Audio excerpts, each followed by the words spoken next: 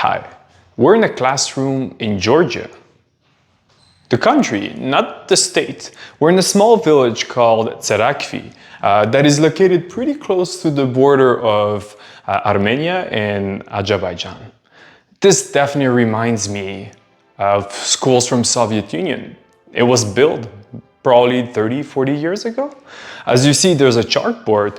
There's even a wood stove to keep you hot during the winter.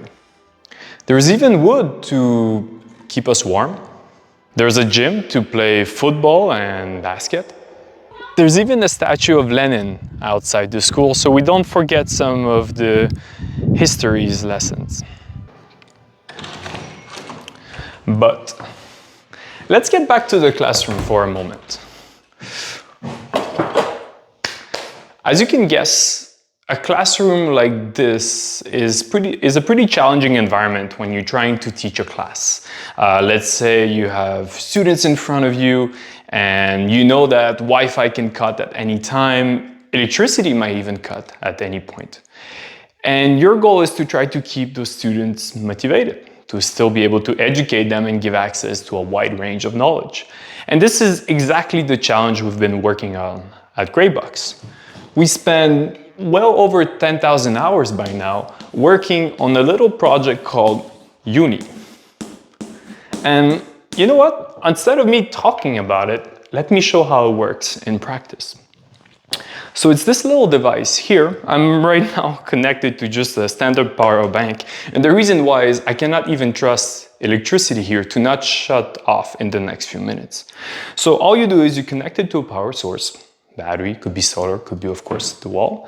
And let me show you how it works and I'll let you be the judge and see if we did our homework right.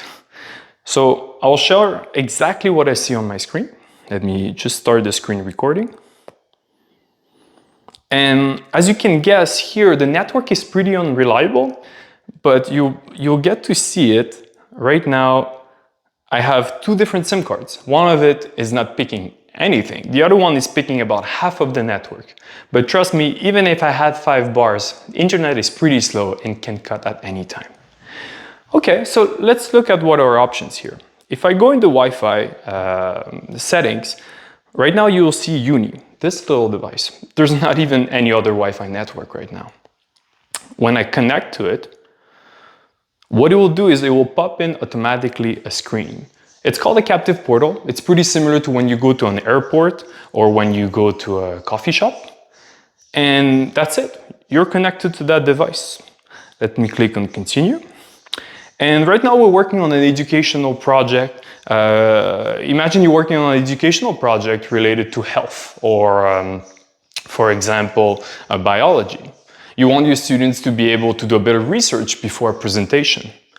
They can use their existing devices, let's say tablets, Chromebooks, laptops, and let me show you, for example, the medical database here.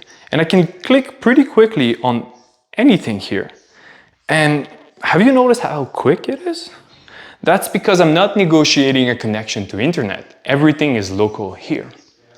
And the way it works is that even if the student is trying to do something else, let's say I'll just open Chrome and I'll try to type some random address, .com, it will automatically redirect them on this page. This is why it's called a captive portal.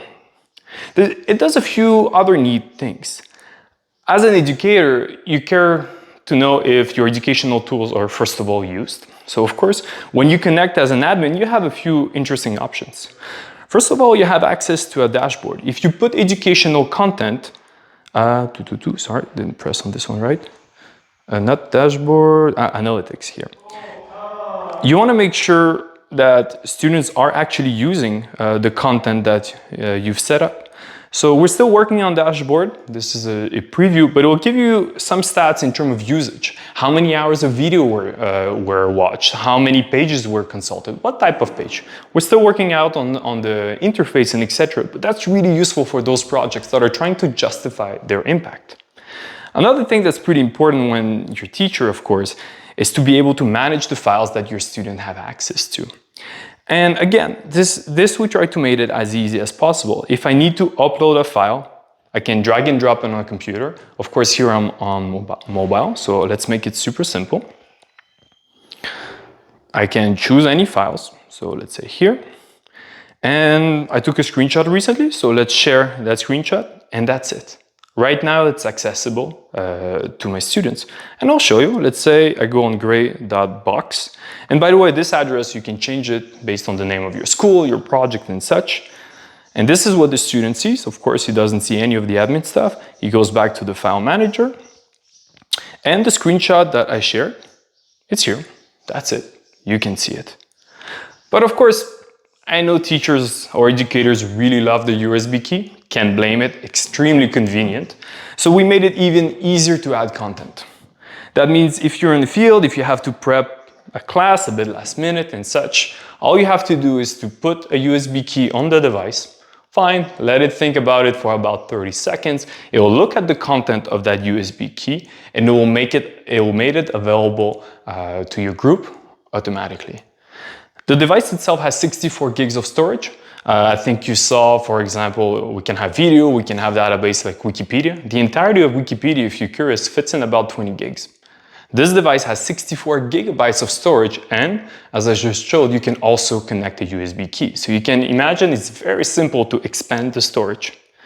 So you see right now a few databases got added. Let me go on Gutenberg. I think this is a very nice one. This is a for French project. Related to having access to a lot of educational books or history books or from literature for free. And same thing, if you had extra files, you see right now there's a secondary that appears. So if you have files on it, you can make it accessible just as easily. Right now we're in pilot project phase. This means we're looking in various type of setups, a bit like here. In some schools. We had a school in Quebec City, in an urban area that called us. It was interesting. The issue they had was not enough internet. It was too much internet. They just wanted to be able to give a workshop to their students without them being distracted on Instagram or other websites. I'm sure the educators out there know all too well that struggle. This is a concept that's called reverse innovation. If you bring a technology that works here, that doesn't even need internet or electricity for you to be able to do your educational activities, it will work anywhere, including in the field, outside, or in the middle of the city. So if you're interested in joining the pilot project, we'll run it for the next 6 months. I'm quite curious to know a bit more about the challenges you have, especially related to connectivity. This thing can run a wide array of type of application, including videos, all kind of files you can throw at it. So contact me, we'll discuss about your project and we'll see if UNI makes sense and can help you have more impact in your classroom. Thanks.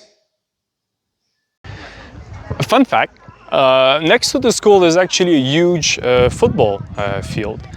Let's use that to our advantage to test actually gray box. So we have a range of about 100 meters, so let's test this out. So you can see right now I'm currently connected to the network, and let's give it some hard time. I'll go on a website that has a lot of video content. Video is an amazing way to test any network. And if I start the video, let me turn on the volume. See, it works. About 100 meters, up to 20 people who can connect at the same time. If you're curious to try it, contact us on the website.